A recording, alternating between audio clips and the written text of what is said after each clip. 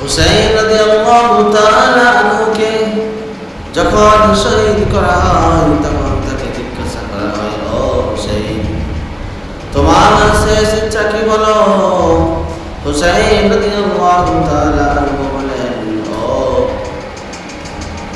ইসলামের দুশমন, ও ইসলামের শত্রুরা, তোমরা শুনে নাও, আমার শেষ ইচ্ছা এমন কিছু নাই যেটা আমি তোমাদের কাছে চাইব।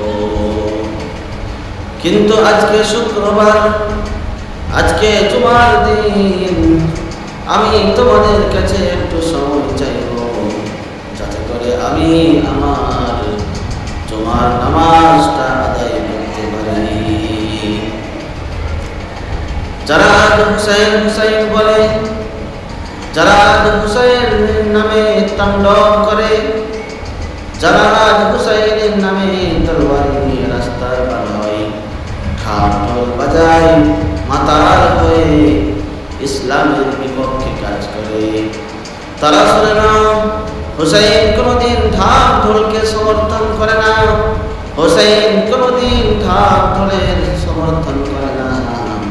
হুসাইন রাদিয়াল্লাহু তাআলা আনহু সর্বসময় বিশ্বনবী নবী মুহাম্মদুর রাসূলুল্লাহ সাল্লাল্লাহু আলাইহি ওয়াসাল্লামের সুন্নতের মতাদর্শ ছিলেন। হুসাইন রাদিয়াল্লাহু তাআলা আনহু কুরআনকে প্রতিষ্ঠিত করার জন্য শহীদ হয়েছিলেন। হুসাইন রাদিয়াল্লাহু তাআলা আনহু এই ইসলামকে দুনিয়াতে প্রচার প্রসার করার জন্য শহীদ হয়েছিলেন। হুসাইন রাদিয়াল্লাহু তাআলা আনহু ইসলামের বিপক্ষে, কোরআনের বিপক্ষে মাথা নত করে না। হুসাইন রাদিয়াল্লাহু তাআলা আনহু সর্বসময় আল্লাহর হুকুম এবং বিশ্বনবী সাল্লাল্লাহু আলাইহি ওয়াসাল্লামের সুন্নাত মোতাবেক